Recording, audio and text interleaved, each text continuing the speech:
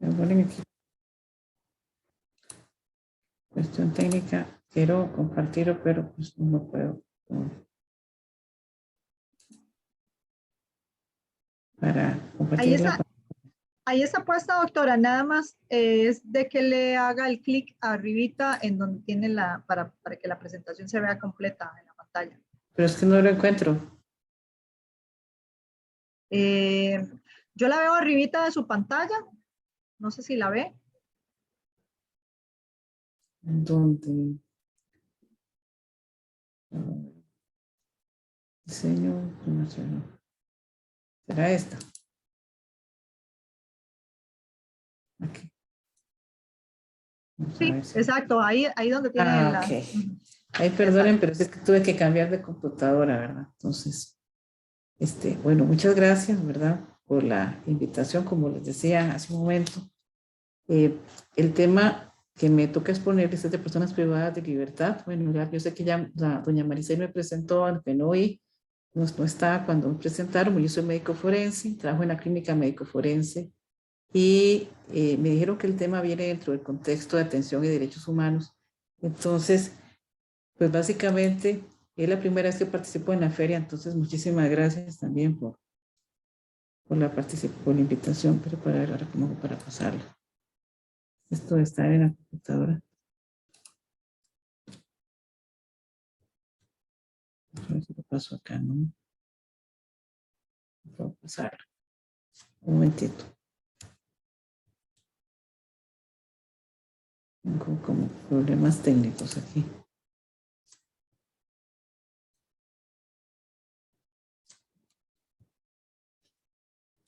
Ok, no sé qué hice, pero se pasó. Ahora se pasó más de la cuenta. Ok, vamos a hablar de de los puntos claves que los que pensábamos hablar el día de hoy sería peritaje en personas privadas de libertad. Yo lo clasifiqué en 4 aspectos. El primer aspecto es el contexto pericial, para ubicarlos un poco en lo que hace el médico forense, sobre todo porque como la feria va dirigida a personas que no son hay personas que están participando que no son del ámbito dentro del Poder Judicial, pues para que conozcan un poco de por qué estamos metidos inmersos en esto. También hablar de la persona privada de libertad ya en el contexto pericial, y procedimientos de valoración médico-legal y criterios de análisis médico-legal en estos casos de privación de libertad. En cuanto a la primera parte, contexto pericial, vamos a contextualizar un poco cuáles son las áreas de la medicina legal, las secciones y las tareas del departamento dentro del OIJ, a qué se refiere el concepto de perito médico forense, su concepto, ética y también la formación que requiere para ser perito, los requisitos del peritaje médico forense y trascendencia de los resultados del peritaje. Ya para con esto poder partir de cuál es el manejo que se le daría a una persona privada de libertad en este contexto. Y aquí ver los asuntos que involucran la atención médico-legal. Entonces, vamos a ver cómo para pasar al siguiente.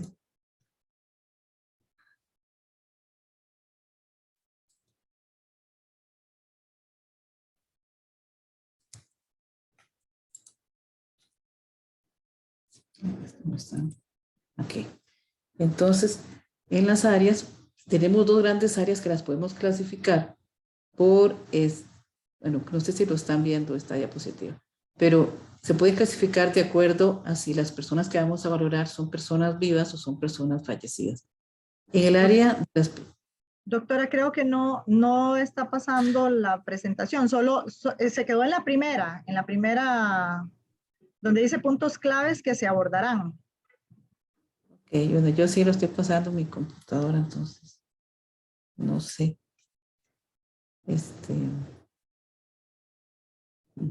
También podría pasárselo a usted, doña Maricel, para que usted lo comparta. Si usted gusta, me lo puede mandar en este momento y yo lo comparto de una vez. Ok, un momentito, ya se lo envío. Nuestras disculpas por los problemas técnicos. Yo creo que, como les decía, hoy la tecnología nos está jugando una mala pasada. No nos quiere la tecnología hoy. Algo está sucediendo. Vamos a ver.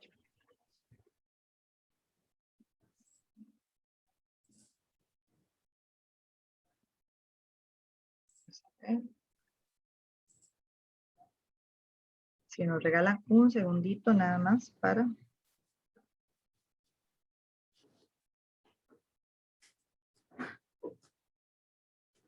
Vamos a ver.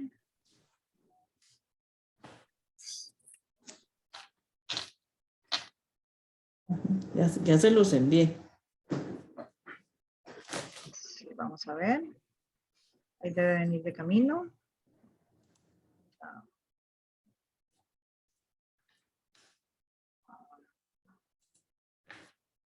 Okay.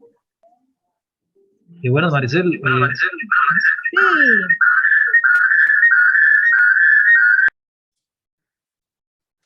¿Alguien que me está hablando? Un segundito, un segundito. Y bueno, estamos desde el perfil de Marcia, es que estábamos cambiándonos de computadora para que pueda realizar la presentación. Ok. Vamos a hacer una cosa para no atrasar y sobre todo por las personas que nos están acompañando. Entonces podemos empezar con doña Marcia, si gustan, y doctora, y seguida de Marcia, entonces hace usted su ponencia mientras me llega a mí la presentación suya. ¿Está bien? Está bien, muchas gracias. Ok, doña Marcia. Si usted gusta, ¿está por ahí? ¿Sí? Hola, ahora sí, si me da un segundo para pasar la presentación a esta computadora. Ok, ya yo le di el host a usted para que usted pueda hacerla.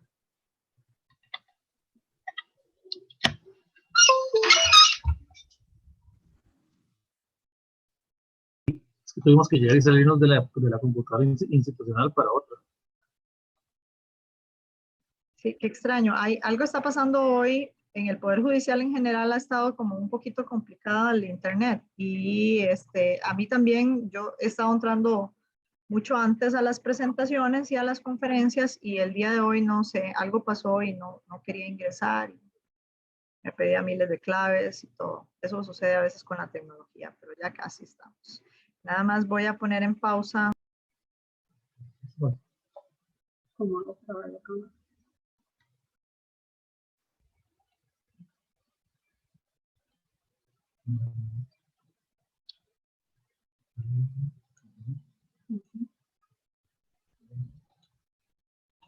Listo, ahora sí se ve la presentación. Sí, señora, se está viendo perfecto. Ok, perfecto. Entonces, creo que ya podría iniciar. Claro.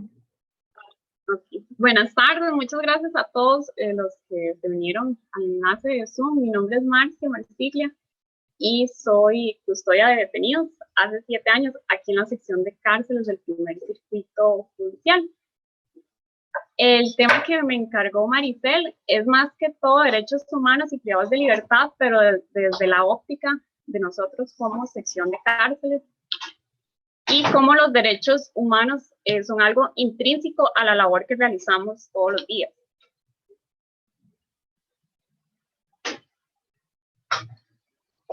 Sobre este tema quería trabajar tres subtemas, por así decirlo. El primero sería una muy breve reseña de la sección. Yo sé que el martes ya la compañera fue y les mostró más o menos como todo lo que se realiza. Después serían los derechos humanos y la sección de cárceles, como decía anteriormente. Y 3, los retos actuales que asumimos como sección con respecto a este tema. Bueno, ya para iniciar, así algo muy breve, la sección de cárceles fue creada en el año 1969 y en resumen lo que hacemos aquí es recibir a todos aquellos detenidos que vienen por órdenes de captura, que vienen provenientes de allanamientos, que se encuentran en centros penitenciarios y que tienen alguna diligencia aquí en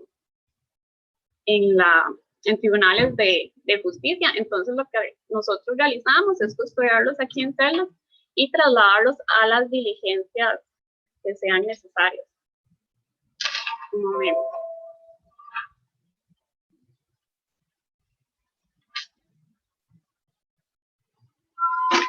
Y bueno, ya con este breve resumen, ya continuaría como ya en sí el tema de derechos humanos y cómo se relaciona con nuestro trabajo. Es importante notar que el Código de Ética del Organismo de Investigación Judicial nos dice que en el desempeño de sus tareas, los servidores y servidoras del organismo de investigación judicial respetarán y protegerán la dignidad de las personas y los derechos humanos. Y asimismo, el Código de Conducta de funcionario nos dice que las bases de la conducta policial ética son el respeto de la dignidad humana y de la ley, y a través de estos, el respeto de los derechos humanos. Entonces, es así como, bueno, como inicio, para como para mostrarles que todo lo que realizamos en la sección tiene que ir acorde con estos principios que los mencioné anteriormente. Bueno, y no solo con esto, sino con todo lo indicado con los cuerpos internacionales en materia de derechos humanos, así como las leyes nacionales e incluso lo que nos indica la Sala Constitucional en tema de derechos humanos.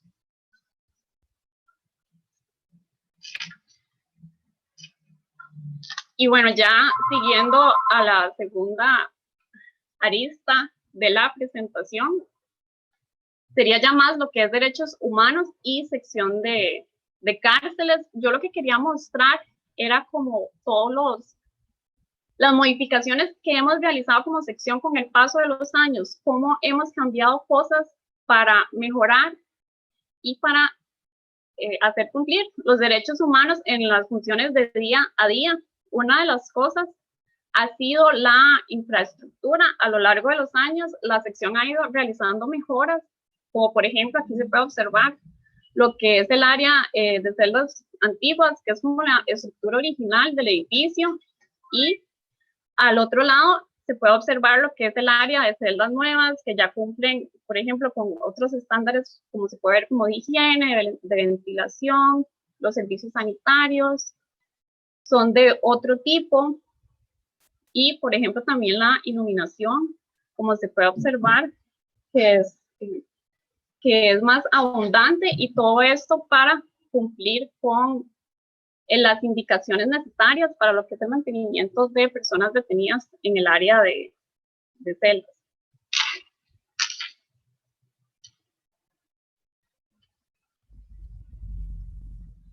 Asimismo, esta ampliación de celdas se realizó, bueno, fue también como una respuesta ante el aumento de la tasa delictiva en el país y la necesidad de albergar cada vez más detenidos e incluso todavía más con todo el auge de lo que son las bandas de crimen organizado en el país. ¿Y qué ganamos nosotros con evitar, por ejemplo, este hacinamiento o poder tener más celdas y contener tal vez menos detenidos en cada una? Nos evitamos riñas, nos evitamos agresiones físicas, nos evitamos tal vez una falta de higiene por la cantidad de personas que había en cada celda, y es con esto que se han realizado estas mejoras. Bueno, aquí también se puede observar estas, las que están al lado izquierdo, es parte de la infraestructura nueva, como se puede observar, es como más amplio, tiene mejor ventilación, e incluso se puede observar en las fotografías de abajo que, por ejemplo, el área nueva cuenta con un circuito cerrado de televisión, de cámaras, y por ejemplo estos que son como las que estaban pintadas de color verde, no se contaba con eso anteriormente.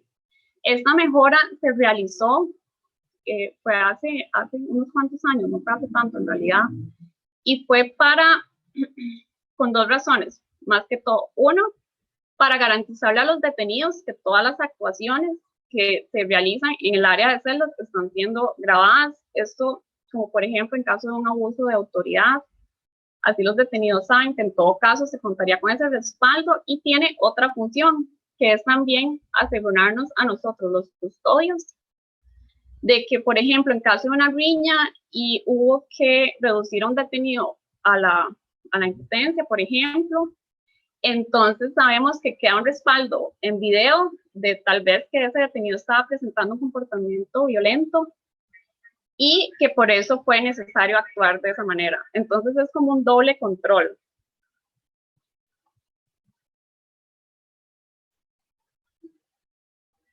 Asimismo, bueno, aparte de la infraestructura, la institución ha invertido en lo que es un cambio en los vehículos que se utilizan para el transporte de detenidos. Bueno, uno de los compañeros, Mauricio Castillo, que es de los que tiene más experiencia aquí en la sección, me comentaba, por ejemplo, que en este automóvil que se ve aquí al lado izquierdo, eran de los primeros que se utilizaban y que prácticamente, o sea, ni siquiera reunía las condiciones mínimas de seguridad, que aquí en el cajón ingresaban a los detenidos que fueran necesarios, fueran 5 o fueran 15, para así poder realizar un solo viaje desde unas celdas que se ubicaban en el Tribunal Supremo de Elecciones.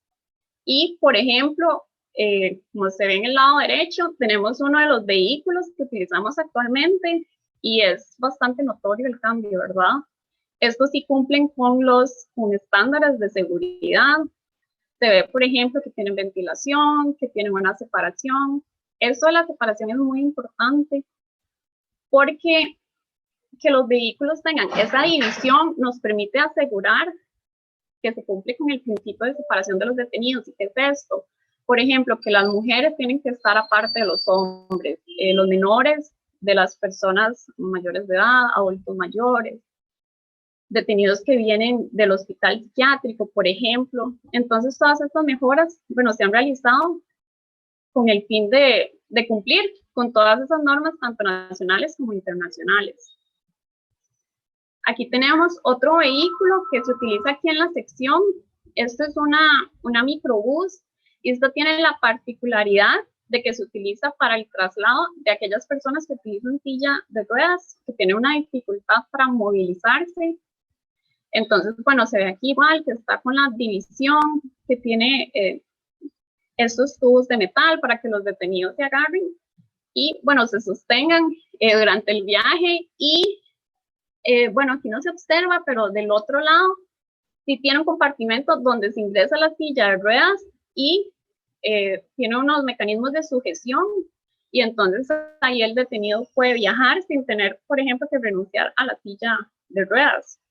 Y con esto también salvaguardar la integridad física del detenido.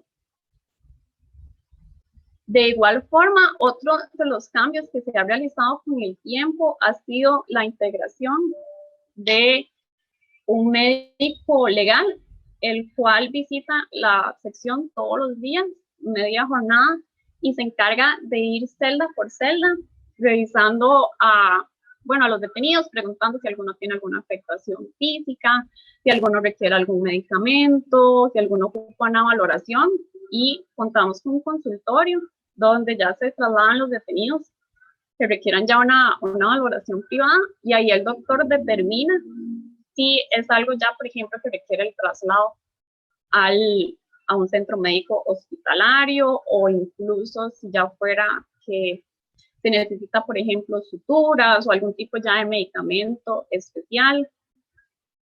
Y además de esto, bueno, tal vez como para dar más detalles de lo que hacemos aquí en la sección, el hecho de contar con un médico legal nos ha servido mucho porque ha pasado, por ejemplo, que él está en el consultorio y se da tal vez alguna situación de que un detenido se intenta suicidar, entonces el doctor ha tenido que intervenir o se han dado riñas y entonces ya el doctor valora a los detenidos a ver si es necesario tal vez sutura o desinfectar las heridas o si ya es algo de mayor gravedad.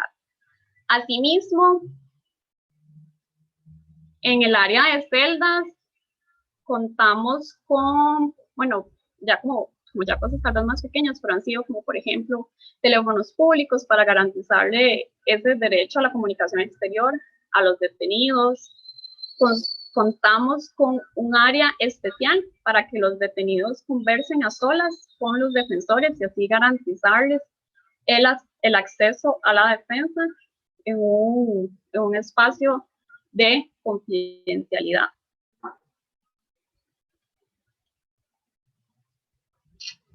a continuación, yo sí quería hacer como la anotación de que si bien nosotros como sección buscamos realizar todas estas mejoras, siempre tenemos presente que todo esto, si bien se realiza para cumplir con los derechos humanos, también tenemos que mantener una balanza donde cumplamos con el principio de seguridad del personal y de las instalaciones. Y esto lo digo porque si bien en todas nuestras actuaciones buscamos, por ejemplo, respetar la integridad física de los detenidos, la integridad mental, también es importante hacer notar que el personal de custodia puede restringir o limitar algunos derechos de los detenidos. ¿Por qué?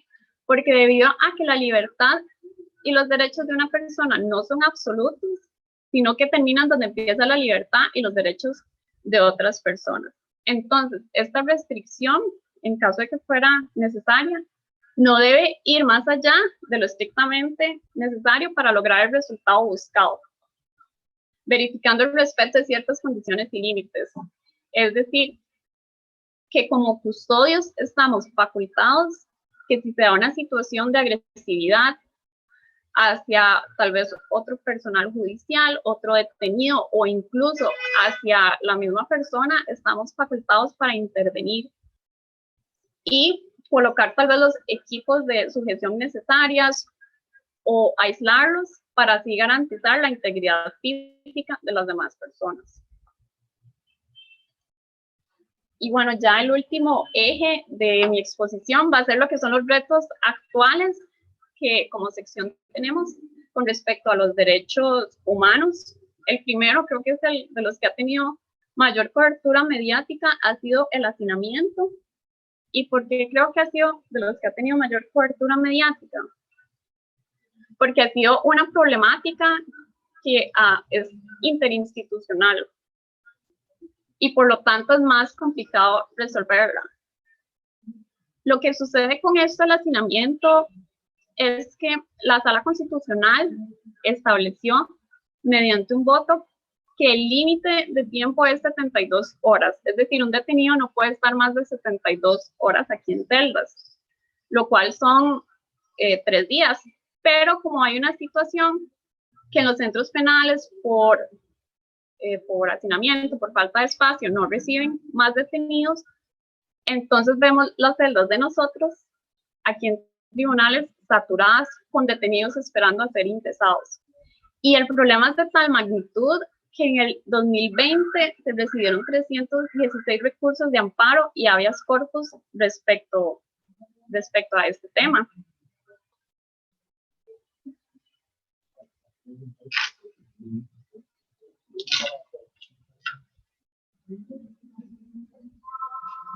Con respecto igual a este mismo tema del hacinamiento, incluso es tan importante que el Mecanismo Nacional para la Tortura se involucró y ha realizado varios informes.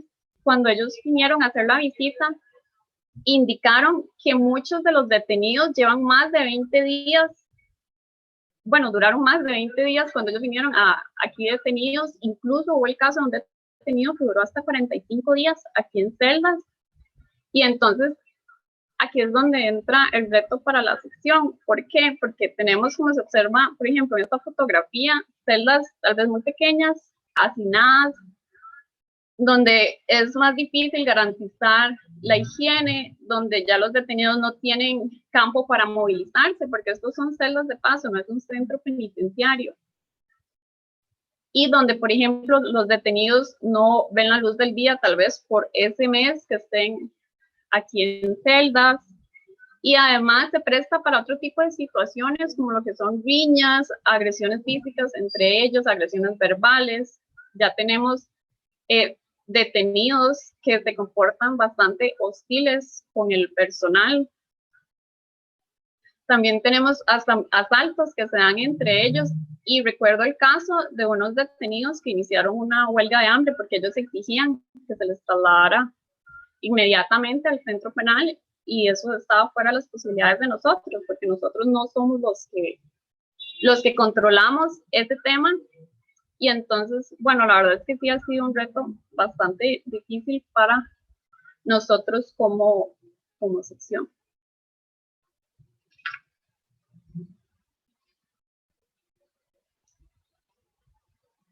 El segundo reto sobre el que yo quería hablar ha sido la atención a la población VIH positivo y la población LGBTI. En los últimos años, bueno, en Costa Rica hemos visto un gran avance en el tema respecto a la población LGBTI, en el avance en cuanto a los derechos que se le han otorgado. Y bueno, la unidad de celdas no escapa a eso. También nos ha tocado asumir este avance, a como lo ha hecho el país, y modificar ciertos lineamientos con respecto al, ¿cómo lo puedo decir?, a la custodia y al trato que se le da a esos detenidos en celdas. Digo esto porque nos ha tocado, por ejemplo, modificar desde la revisión corporal para la población trans. Ahora, cada vez que llega una persona que se identifique como trans, la revisión la realiza tanto una custodia como un custodio para así asegurarnos de salvaguardar el pudor y la dignidad de esa persona. E incluso se le pregunta a esta persona si desea que sea acompañado en el proceso judicial por parte de un custodio o de una custodia. Asimismo, cuando llega alguna persona con esta condición, el lineamiento que tenemos es de tenerlos en celdas por aparte. Esto no como una forma de discriminación o de aislamiento, sino como para asegurarnos que no reciban, por ejemplo, golpes o agresiones físicas de otros detenidos o incluso hasta agresiones verbales.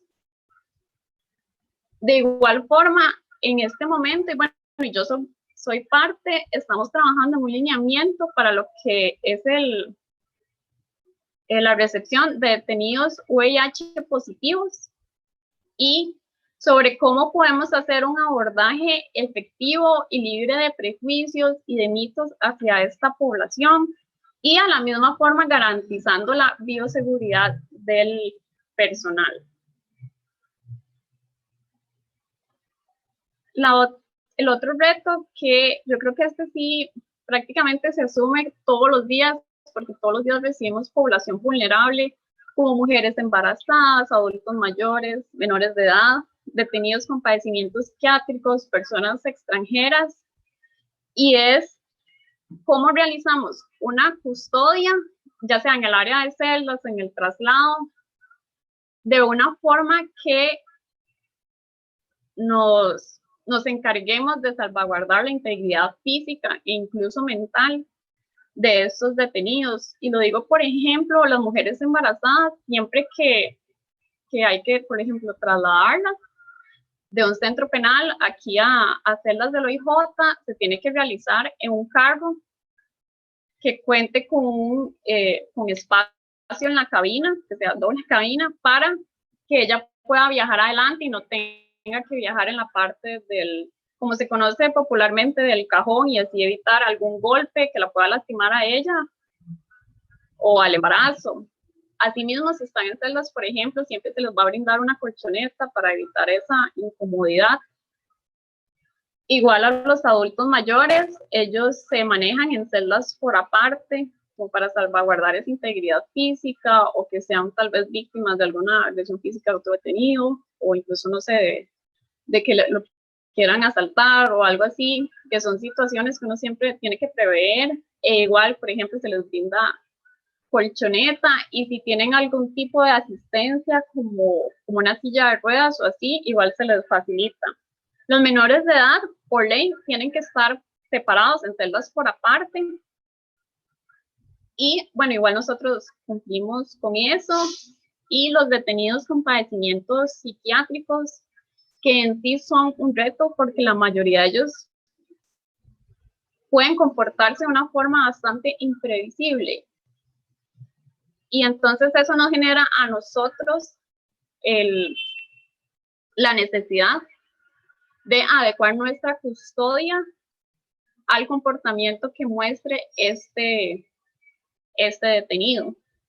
De igual forma, con la población extranjera, que tal vez no es tan frecuente me gustaría como mencionar un ejemplo. Hace un par de años se recibió a una detenida extranjera que venía de Siria y ella nos indicaba que por sus creencias religiosas ella tenía que realizar una plegaria a cierta hora de la tarde y con cierto punto cardinal, y hasta traía ciertos implementos. Entonces, en ese caso, lo que se hizo fue aislarla en una celda, igual bajo supervisión, indicarle el punto cardinal que ella necesitaba y brindarle los implementos que ella necesitaba para realizar la plegaria. Y esto, ¿por qué? Porque nosotros debemos garantizar que se cumpla con los derechos humanos, y uno de los derechos humanos es esta libertad de culto que tienen las personas.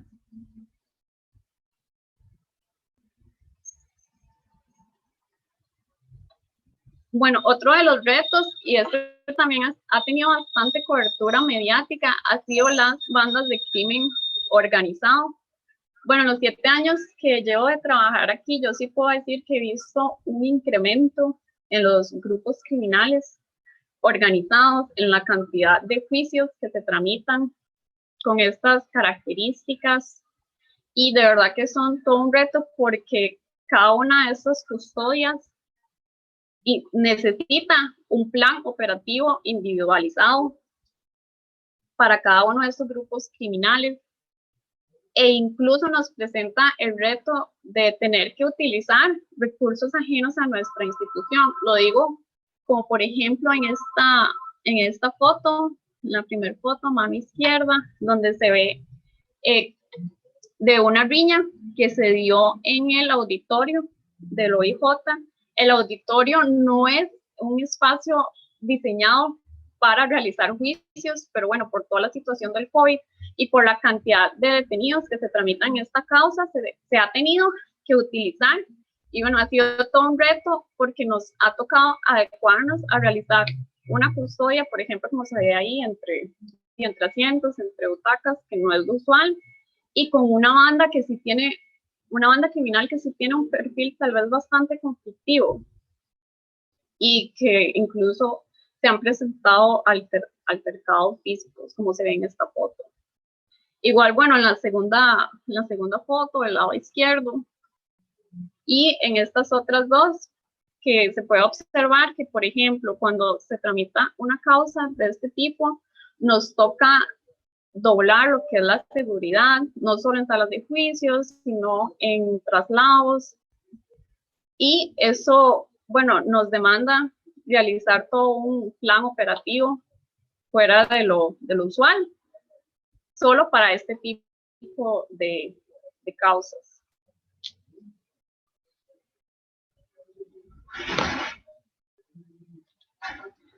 Y ya por último sería el tema del COVID-19, que siento que igual ha ido de la mano, como por ejemplo con este juicio que les mencionaba, que se tramita actualmente. El tema del COVID ha sido todo un reto para la sección. Yo siento que prácticamente nos ha tocado rediseñar muchos de los procedimientos que se realizan acá, y yo digo que rediseñar porque si bien han cambiado muchos de las medidas sanitarias, por ejemplo, a nosotros igual nos toca mantener la custodia, igual nos toca mantener una tutela de los detenidos, y entonces, por ejemplo, igual nos toca realizar revisiones corporales, aún sin poder mantener el distanciamiento social necesario. Por ejemplo, como se puede observar en estas fotos, que a la hora de custodiar y trasladar a los detenidos, es necesario hacerlo prácticamente a la par, porque es la única forma segura de realizarlo.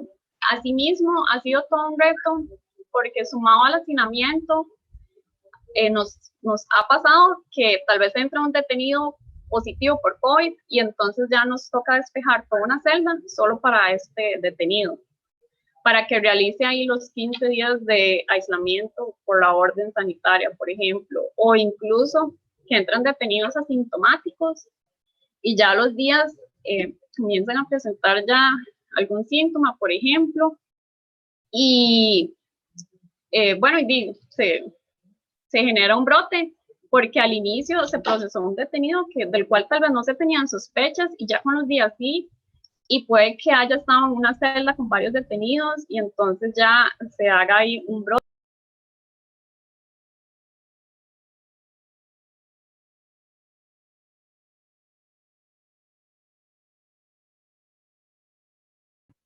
Marcia, creo que se le fue el audio.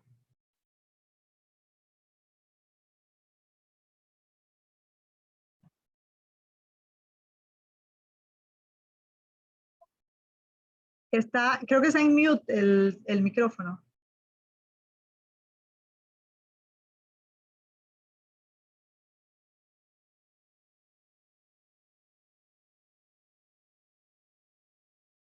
Marcia, ¿me está escuchando? Sí.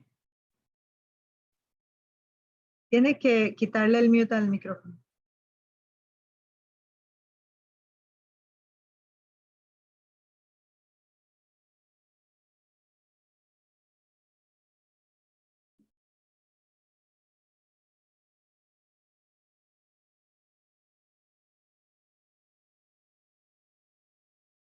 Para ver.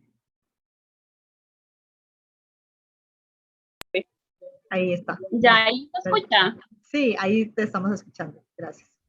Ok, ¿qué fue lo último que... ¿Dónde se perdió el audio?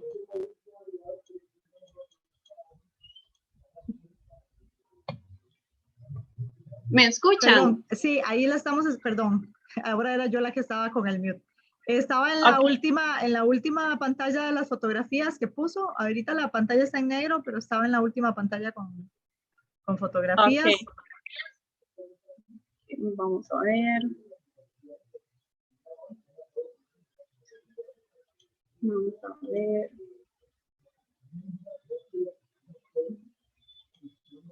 ¿Ya aquí se observa la pantalla? No. No. Bueno, igual ya era la última diapositiva, eran como fotos de las custodias que nos ha tocado realizar en el auditorio por este tema de esta banda de crimen organizado y lo del COVID, y bueno, que ha sido todo un reto porque nos ha tocado asumir la utilización de muchos recursos ajenos a nosotros, pero que han sido necesarios para poder hacerle frente a la pandemia y a garantizar el derecho de los detenidos a estar presente, por ejemplo, en los debates, y que esto se realice en un espacio que cuente. Creo que alguien escribió un comentario, me parece. Dice que lo último fue cuando hizo referencia al incremento de bandas de crimen organizado. No estoy segura si ese era como el tema que yo estaba manejando del COVID. Y bueno, igual va como sobre la misma línea, sobre cómo todo eso ha sido un reto de realizar los juicios, de igual manera cumpliendo con todas las medidas sanitarias con las cuales igual nos rigen. Y, por ejemplo, bueno, mencionaba lo del auditorio, también se me olvidó mencionar, por ejemplo, que nos ha tocado establecer videoconferencias en el área de celdas. Hubo el caso de un detenido que sí estaba confirmado que era positivo por COVID y se tuvo que instalar todo el equipo de videoconferencia en el área de celdas en las que él estaba aislado, para así garantizar esa presencialidad en el debate, que es uno de los derechos fundamentales que acompaña al detenido durante todo el proceso judicial, o incluso nos ha tocado custodiar en una sala solo con el detenido, solo con el traje de bioseguridad y un equipo de videoconferencias para así, por ejemplo, evitar la exposición de otros funcionarios a un detenido que sabemos que cuenta con un diagnóstico positivo por COVID. Y bueno, eso es mi parte de la exposición que nos asignaron a la sección de cárceles. Muchas gracias, Marcia. Les comentaba al inicio, y para quienes se nos han unido, Marcia es custodia de detenidos, tiene 7 años de trabajar en nuestro organismo de investigación judicial es licenciada en criminología y está terminando también la licenciatura en Derecho. Muchas gracias, Marcia. Y recuerden que las preguntas a ellas dos se las vamos a hacer ahora al final. Vamos a ir entonces con la presentación de la doctora Gretchen. Doctora, si gusta, voy a poner la presentación suya para compartirla y usted inicia, ahí la estoy compartiendo. Usted inicia con su presentación.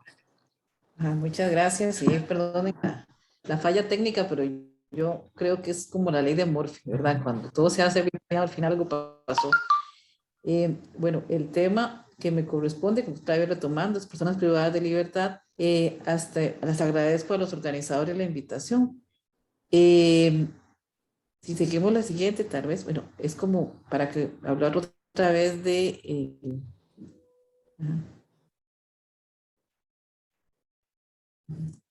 la siguiente.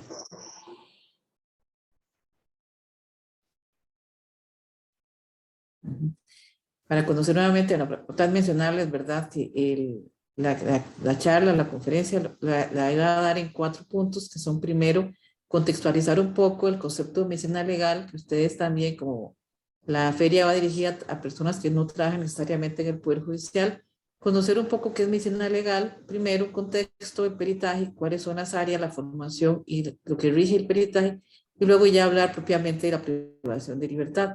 Ahora, en el área de medicina legal podemos dividirla en 2 grupos, dependiendo de las grandes áreas, ¿verdad? Dependiendo si la persona que va a ser valorada es fallecida o no. Muchas veces las personas asumen, no sé por qué lo asumen, por tradición o por historia, piensan que medicina legal nada más es patología. No, también está el área clínica médico-forense, la medicina del trabajo y la psiquiatría forense, donde valoramos personas vivas con el fin de rendir un dictamen que pide la autoridad judicial de diferentes hallazgos médicos y su relación con los hechos que son investigados en diferentes causas. En patología, se investigan las causas y la manera de muerte de las personas de interés judicial y responde en forma científica las preguntas que se le plantean sobre personas y sobre restos humanos por parte de la autoridad judicial. Eso es en términos generales las 2 grandes áreas que podríamos clasificarlo. Y también recordarles que medicina legal es sinónimo de medicina forense. Muchas veces la persona no entiende que es lo mismo. En nuestro contexto, bueno, pertenecemos al organismo de investigación judicial. También hay muchas personas que ignoran esto. Y el departamento está descentralizado. Estamos en San Joaquín de Flores, es la fotografía que ustedes ven a su derecha. Y en el departamento también se ubica la sede de la Universidad de Costa Rica en lo que respecta a la formación, al posgrado de medicina legal. También en el departamento se está implementando un sistema de calidad bajo la norma ISO 17020 y LAC G19, que lo que está buscando es la acreditación internacional del departamento, comenzando por la parte de patología forense. Y esto nos está hablando entonces de que se busca un mejoramiento continuo y el apoyo que se le da a la educación y a la formación de los médicos que trabajamos en el departamento. Siguiente.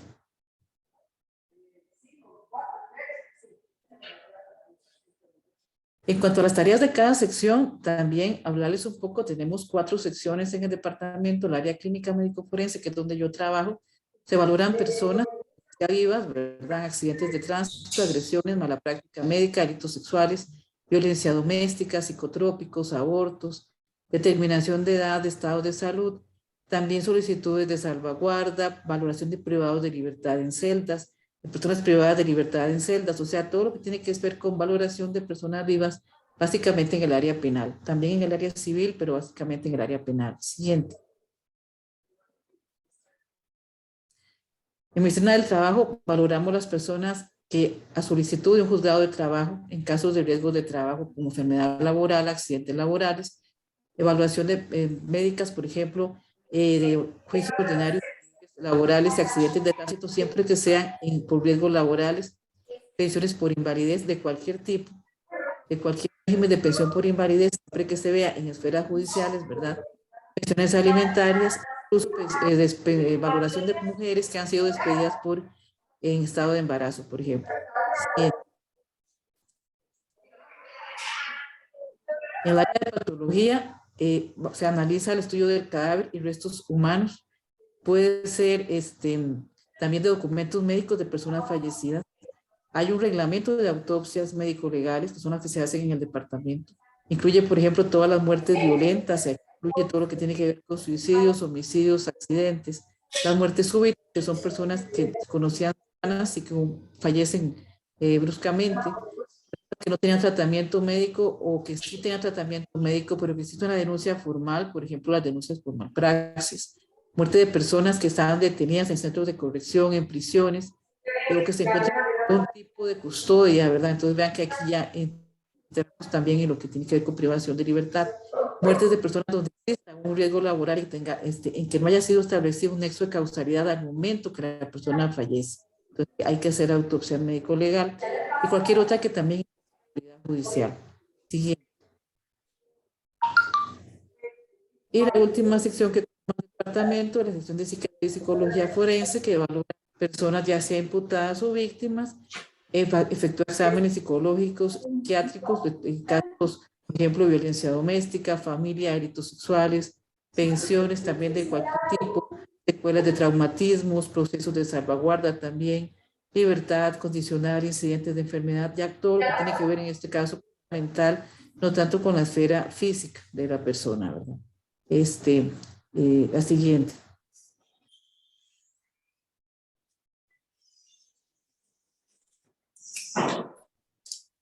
Entonces también tenemos otro concepto que es importante, porque también dentro de todo esto, muchas veces, o sea, también yo sé, porque los comentarios que uno escucha es que no se tiene el concepto claro de que el médico forense es un perito médico, es una persona especialista, conocedora y experta en ciencias médicas que aporta al proceso judicial hechos complejos de naturaleza técnica que la autoridad judicial necesita para poder resolver un proceso judicial, para poder establecer una conclusión que sea justa y objetiva, y entonces en ese momento se convierte en una persona que es auxiliar de la administración de justicia. De hecho, ese es el concepto del médico forense dentro del Poder Judicial, dentro del OIJ. Somos personal auxiliar técnico de la administración de justicia. Siguiente.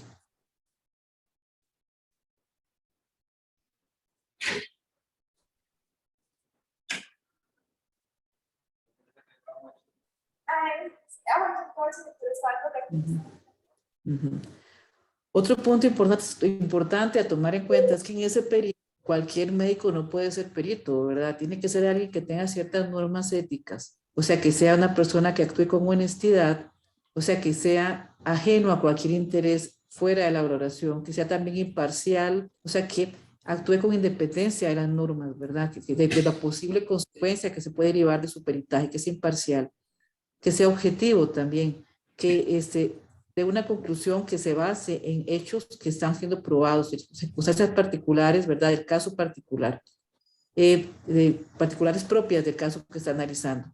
También una persona que sea prudente, o sea, que sepa, se fue la presentación, que sepa también el alcance de lo que sabe y de lo que no sabe, ¿verdad? Que sepa Doctora, decir perdón, hasta qué punto, ¿sí? un segundo, perdón, doctora, disculpa, sí, es que se fue la presentación. Voy a ver si logro ponerla otra vez. Vamos a ver.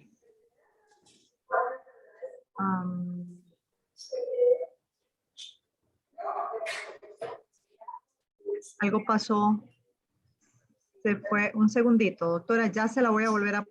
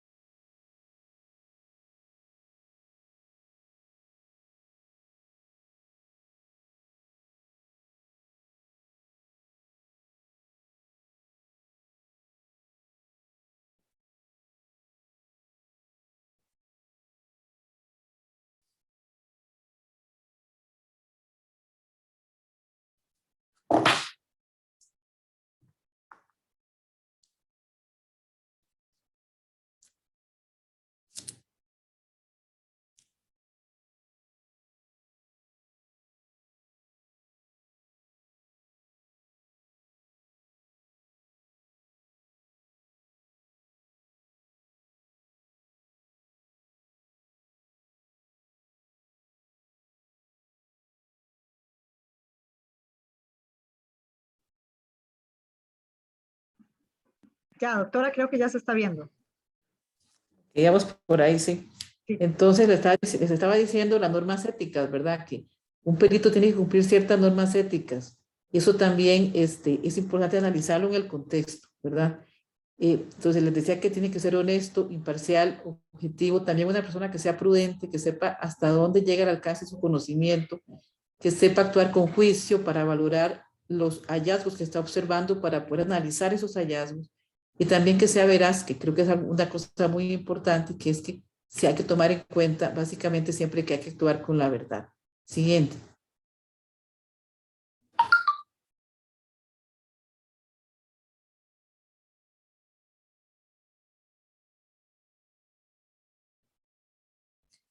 Y una cuestión también de formación académica, ¿verdad? Porque también, o sea, ¿cuál es la formación académica de los peritos del Poder Judicial? Que también creo que es importante dentro de este contexto. Somos médicos cirujanos, o sea, médicos generales, que tenemos de 5 a 6 años de carrera para ser médico. Luego de esto, la especialidad, que son 3 años más. Incluso hay posibilidad de otros posgrados complementarios. Entonces, hay quienes tienen 1 a 4 años más de especialidades diferentes, de diferentes posgrados o maestrías. Y además tiene que estar certificado en el Colegio de Médicos y Cirujanos, o sea, tiene que estar cada 3 años demostrando ante el colegio que ha estado actualizando sus conocimientos. Entonces, todo esto nos permite este contexto, como les decía al inicio, de que es una institución que favorece el mejoramiento continuo, que está abierta al aprendizaje y que requiere ciertas características propias en ese recurso humano que está realizando los peritajes. Les digo esto, como les digo, como contexto. Siguiente.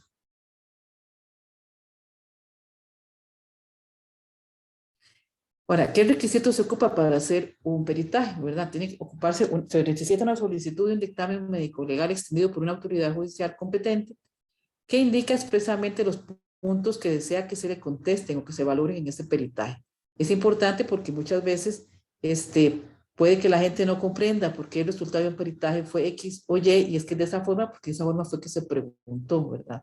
La trascendencia de esto es importante básicamente porque, como les dije hace un momento, la autoridad judicial desconoce esos criterios técnicos y son necesarios dentro de un proceso para poder dar una sentencia. Entonces, implica una gran responsabilidad de él o la perito al momento de emitir un dictamen, porque no solamente requiere esos conocimientos técnicos, científicos y prácticos que se requiere con la formación y con la experiencia, sino también que requiere normas éticas, como las que les comentaba hace un momento, y conocer cosas de legalidad, porque no siempre lo que se nos pregunta puede contestarse, ¿verdad? Entonces también por eso les decía hace un rato que hay que ser prudentes.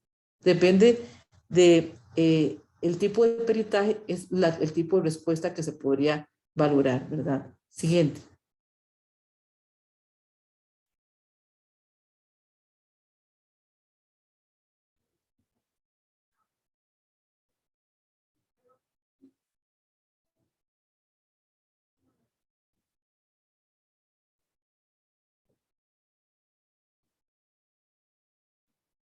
Doctora, ahí está, la está viendo, sí.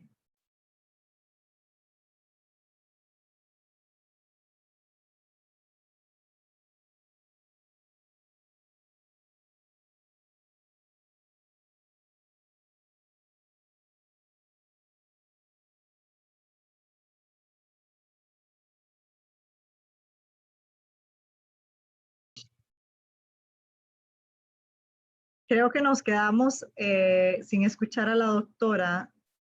Doctora, ¿está ahí?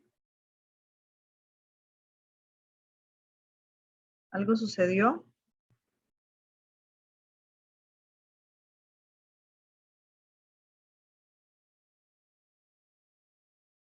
Creo que se fue, algo le debe haber pasado a la doctora.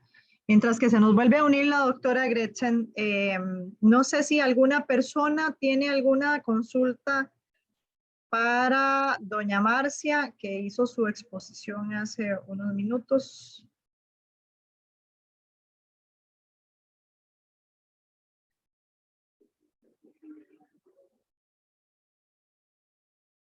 Creo que hoy la tecnología está un poquito complicada.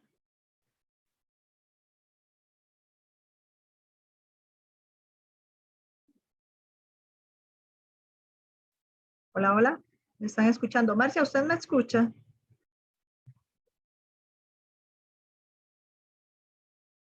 Hola, hola. No puedo escuchar a la gente. Algo pasa. Yo no escucho a Marcia.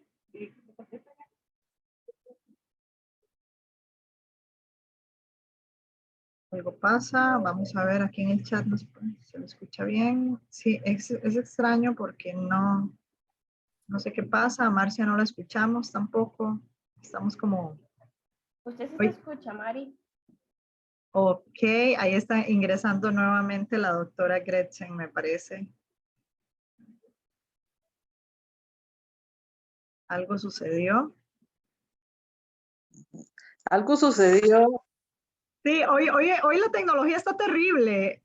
Me parece que muy posiblemente es viernes y la tecnología lo sabe, como dicen por ahí. Doctora, voy a volver a compartir la pantalla para que usted pueda seguir con su presentación. Sí, pues les estaba hablando de los asuntos, ¿verdad? A ver, volumen a esta cosa, porque ya me pasé el computador otra vez. Ok, nada más déjenme...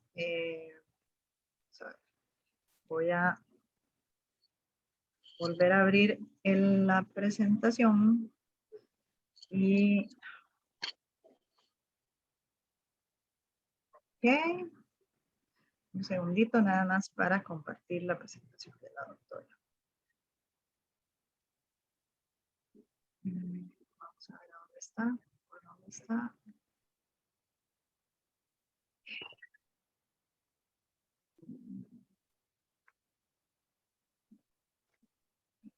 Vamos a ver. Voy a verla aquí. Bueno, voy a compartir mi pantalla.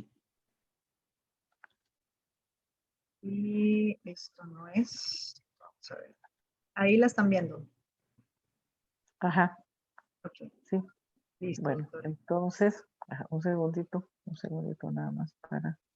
Les hablaba de los diferentes asuntos que se valoran en la clínica médico-forense, ¿verdad? En realidad en esto, como les decía, no es que una es más frecuente que otra, pero son los principales asuntos que se pueden valorar acá. Habeas corpus, que son los casos que nos envía la Sala Constitucional para determinar si la persona presenta lesiones y su compatibilidad con los hechos que están siendo denunciados. Su mecanismo de traumas, que así que está siendo denunciado. También tenemos incidentes de enfermedad, que es determinar qué tipo de padecimiento de salud presenta una persona, si puede brindarse tratamiento, qué tratamiento requiere, y si se le puede brindar satisfacción estando privado de libertad. Y también si dicha estancia pone en peligro la vida de la persona. Otro asunto que nos envían es valoración por psicotrópicos. Determinar si la persona privada de libertad presenta signos de sintomatología clínica de ser farmacodependiente y de ser así a cuál sustancia y si el consumo es agudo o es crónico. Son los casos que son, por ejemplo, detenidos por narcotráfico, ¿verdad? Donde ellos aducen que ellos no venden la droga, sino que la consumen. Entonces hay que valorarlo para ver si efectivamente tiene signos de sintomatología de consumo de ser farmacodependiente. Estados de salud, que es determinar si la persona es portadora de alguna enfermedad o tiene alguna característica física, por ejemplo, condición física para sustitución de medidas cautelares, por ejemplo, como el arresto domiciliario, o si está en condiciones de asistir a un debate, por ejemplo, entre otras múltiples posibilidades que requieren de criterio médico. Por ejemplo, incluso si tiene una característica física que los testigos dicen que una persona tenía una cirugía, por ejemplo, entonces o que una persona tenía una cicatriz en X parte del cuerpo, entonces hay que valorar a esa persona. Y también establecer lesiones, determinar qué tipo de lesiones presenta una persona, si amerita incapacidades por esas lesiones, ya sea temporal o permanente. De ser así, establecer qué incapacidades tiene, establecer si la vida de la persona ha estado en peligro a consecuencia de las lesiones también, ¿verdad? Entonces, con todo esto, ¿verdad? Requiere una valoración médica, ¿verdad? Siguiente, para poder establecerlo. Entonces, existe una metodología, un procedimiento médico para poder valorar a las personas que involucran ciertos aspectos. Por ejemplo, lo primero es una entrevista médico-forense para la persona. También, qué hallazgos al examen físico se le encuentran a la persona. Pruebas complementarias que no siempre se realizan, depende de cada caso. Habría que ver si se manda al laboratorio, radiografías, ultrasonido o TAC. El departamento cuenta con esto, con ultrasonido, radiografías y con TAC. También dependiendo del caso, podemos valorar documentación médica. Haría falta valorarla para ver cuál es el diagnóstico y la evolución de un paciente. Su condición anterior también a los hechos puede ser analizada por medio de documentos médicos. Hay otras pruebas periciales que pueden ser aportadas dentro del proceso, por ejemplo, radiografías, por ejemplo, estudios de laboratorio que no se hagan en Costa Rica, un ejemplo. Colaboración de peritos especialistas, puede ser que ocupemos interconsulta con otro especialista, por ejemplo, que ocupemos interconsulta con ortopedia, con ginecología, con oncología, entonces se puede valorar dependiendo del caso si se solicita o no se solicita. Siempre para la fundamentación, para poder fundamentar el criterio, es importante la bibliografía médica, tomar en cuenta las referencias más recientes de los documentaciones, de la evidencia médica en la literatura, lo más actualizado, incluso también los protocolos o guías de actuación médica que muchas veces están establecidos por especialidad, donde indica cuál es el manejo que hay que darle a un paciente. Entonces, en este algoritmo de manejo médico, el médico forense puede considerarlo para de esta forma poder establecer la conclusión y fundamentar la conclusión a la que arribará posteriormente en su dictamen. Siguiente. ¿Y qué criterios de valoración médico-legal se usan? Que eso es una pregunta que siempre es como muy cajonera. Siempre nos preguntan, bueno, ¿cómo lo hacen? ¿Verdad? ¿Qué metodología se sigue? Y la otra pregunta es, ¿qué criterios de valoración se utilizan? Bueno, se hace un análisis integral de todos los elementos del juicio objetivos con que cuenta el perito, a la luz de la evidencia médica científica más actualizada sobre las patologías y tratamientos que requiere la persona, para responder desde un punto de vista mucho más objetivo, más científico a las preguntas que hace la autoridad judicial. Siempre con prudencia, o sea, se contesta lo que nos preguntan, pero de una manera tal que no excedernos de nuestros límites y de los de su propio conocimiento. Siguiente. Ahora, si partimos de que este foro era un foro de derechos humanos, entonces, importante saber qué derechos implica la valoración en un peritaje, qué derechos humanos implica esta valoración. Bueno, primero el derecho a la vida. Es inherente a todo ser humano cuando éste es violentado, ¿verdad? Y va primero, cuando esté violentado es el primer derecho, el derecho a la vida, ¿verdad? Porque este es el que abre los demás derechos. Y como les dije hace un momento, incluso tenemos que valorar si una lesión puso o no en riesgo la vida. La integridad física. Nadie puede ser sometido a torturas ni a penas o tratos crueles, inhumanos o degradantes. Hay que analizar el tipo de lesiones, el mecanismo de lesión, si las lesiones tienen o no incapacidad también. Y también esto es un derecho fundamental para los demás derechos.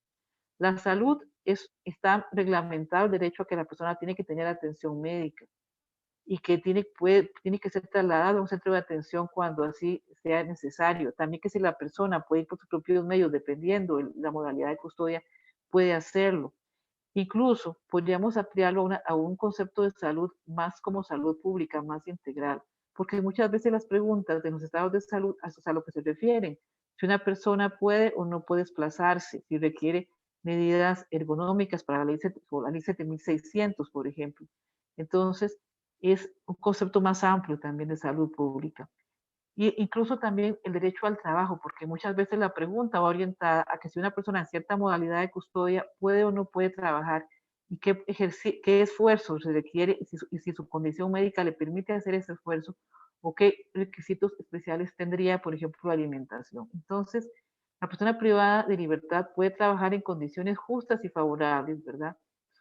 Porque esto le va a permitir también poder desenvolverse luego en el medio libre una vez que salga del centro penitenciario. Siguiente. Para no cansarlos, esta frase que a mí me gusta mucho, ¿verdad? Es algo importante, o sea, hay que tomar en cuenta que el perito, el médico forense, ¿verdad? Son los ojos del juez. Entonces, precisamente, hay que saber elegirlos, la frase dice que hay que saber elegirlos para que el juez pueda ver con claridad y no elija miopes ni ciegos. Como les dije inicialmente, por eso les quería hablar del contexto, en realidad el Departamento de Medicina Legal cuenta con peritos especializados, ¿verdad? para poder rendir la pericia o para poder rendir el dictamen que se le está solicitando.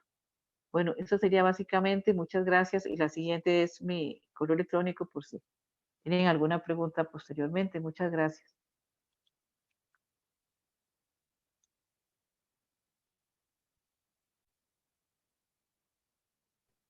Gracias, doctora. Dejé de compartir la pantalla, pero si alguna persona no lo pudo copiar el correo electrónico y quiere hacerlo, pues se lo ponemos en el chat para que lo pueda tener.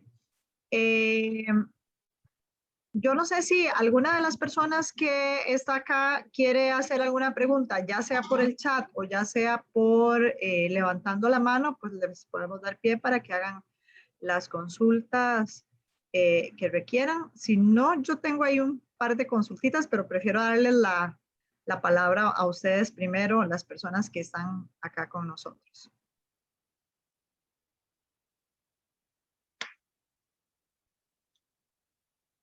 O pueden abrir su micrófono, si gustan también pueden abrir su micrófono y participar.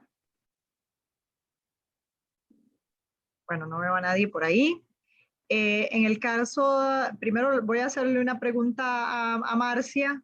En el caso de ustedes de cárceles, ustedes están en el primer circuito judicial, pero yo me imagino que todo el trabajo que ustedes hacen y los protocolos que ustedes implementan llegan a todas las, digamos, a todo el país. Las celdas, digamos, en todo el país tienen los mismos protocolos. Dentro de esto hablaba usted sobre casos que se daban antes de abusos. ¿Cómo se hace ahora? O digamos, estos protocolos que incluyen para evitar en algunos momentos algún tipo de abuso en contra de la persona privada de libertad. Hay mucha gente que dicen, ¿verdad? Y lo vemos en redes sociales, no, pues no tienen derechos de nada, las personas han cometido delitos y entonces ya no tienen derechos, ¿verdad? En este caso, ustedes, ¿qué opinan? ¿Qué protocolos se han implementado?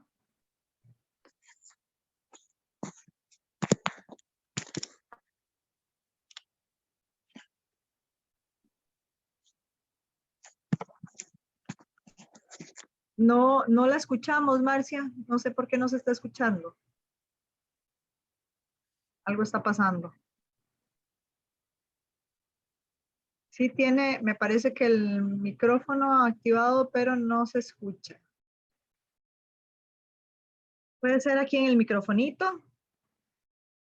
Tiene que activarle el sonido. Y si no, mientras tanto, a la doctora Gretchen le voy haciendo una pregunta mientras Marcia va solucionando su problema de audio. Doctora, usted hablaba ahora de las pericias que se hacen. Cuando se hace una pericia de estas con una persona privada de libertad, esa persona tiene que hacer la solicitud a su, digamos, a la autoridad judicial, a su defensor, etcétera, y esa persona es la que se encarga de hacer, digamos, la solicitud para que ya le puedan hacer la valoración que sea necesaria. En este caso, por ejemplo, hemos visto casos muy recientes de personas que han sido detenidas, de casos grandes que han sido muy sonados en los medios de comunicación y hay personas que, bueno, argumentan algún tipo de problema de salud. En esos casos, pues tiene que hacer el defensor, es el que tiene que hacer la solicitud ante la autoridad judicial. O sea, aquí el asunto es que tiene que haber una solicitud, ¿verdad? Ahora, ¿en qué casos? Por ejemplo, lo que yo en mi experiencia he visto, por ejemplo, es que incluso en los habeas corpus a veces es algún familiar el que pone el recurso, ¿verdad? De habeas corpus. En lesiones, en estados de salud, puede ser el defensor, pero también depende, porque también recordemos que es un imputado. Entonces, en estados de salud a veces también puede ser el fiscal el que pida la valoración de una persona, porque a veces ese imputado, por ejemplo, alega X estado de salud y que por ese estado de salud es que él no cometió un delito.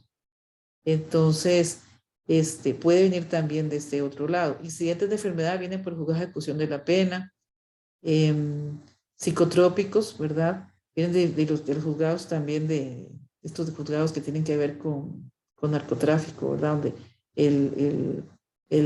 la persona, digamos, la víctima es la salud pública, ¿verdad? Entonces, pero generalmente cuando son lesiones sí es por el defensor. Muchas gracias, doctora. Y creo que Marcia ya tiene Gracias. su audio activado. Sí, creo que ya funciona.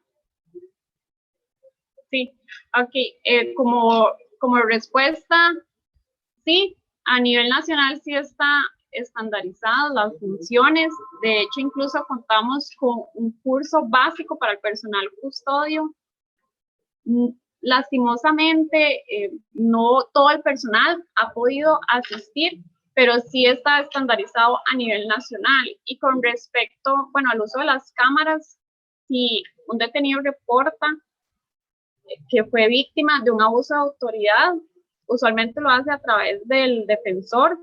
Cuando realiza la visita a celdas, lo que se procede es a revisar las cámaras y ya después se traslada al detenido a la fiscalía correspondiente si decide continuar con lo que es la denuncia de acuerdo al protocolo, bueno, que manejamos aquí en celdas. Pero esa es principalmente la función de las cámaras. Ahora, en cuanto a cuando, por ejemplo, ustedes tienen personas, hay de todo tipo de personas que serán muy tranquilas, personas que serán un poco más violentas.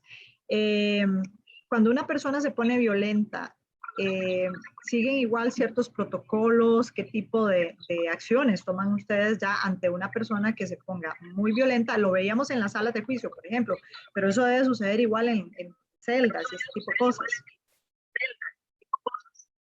Sí, de hecho, sucede en celdas, en salas de juicio, incluso hasta puede que se den altercados a la hora de que se los va a ingresar al centro penal. Y sí, existen protocolos para la contención de esos detenidos que manifiestan esas conductas agresivas, como por ejemplo en las fotos, donde se trata de aplicar tal vez como la fuerza necesaria sin lastimar al detenido ni comprometer su integridad física. Perfecto, muchas gracias. No sé si alguien tiene alguna consulta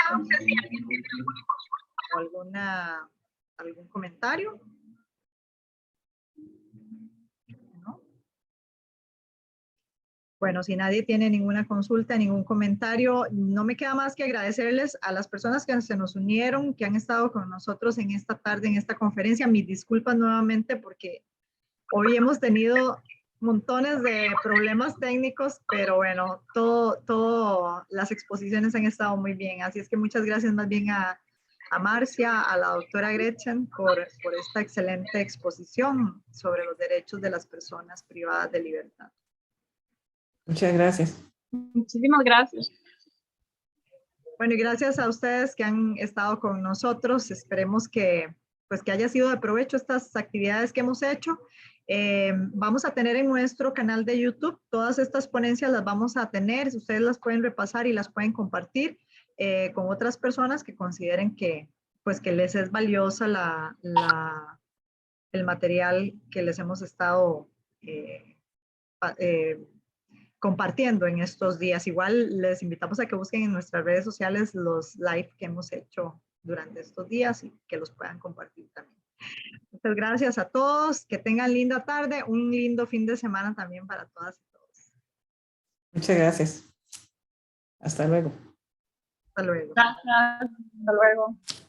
Hasta luego.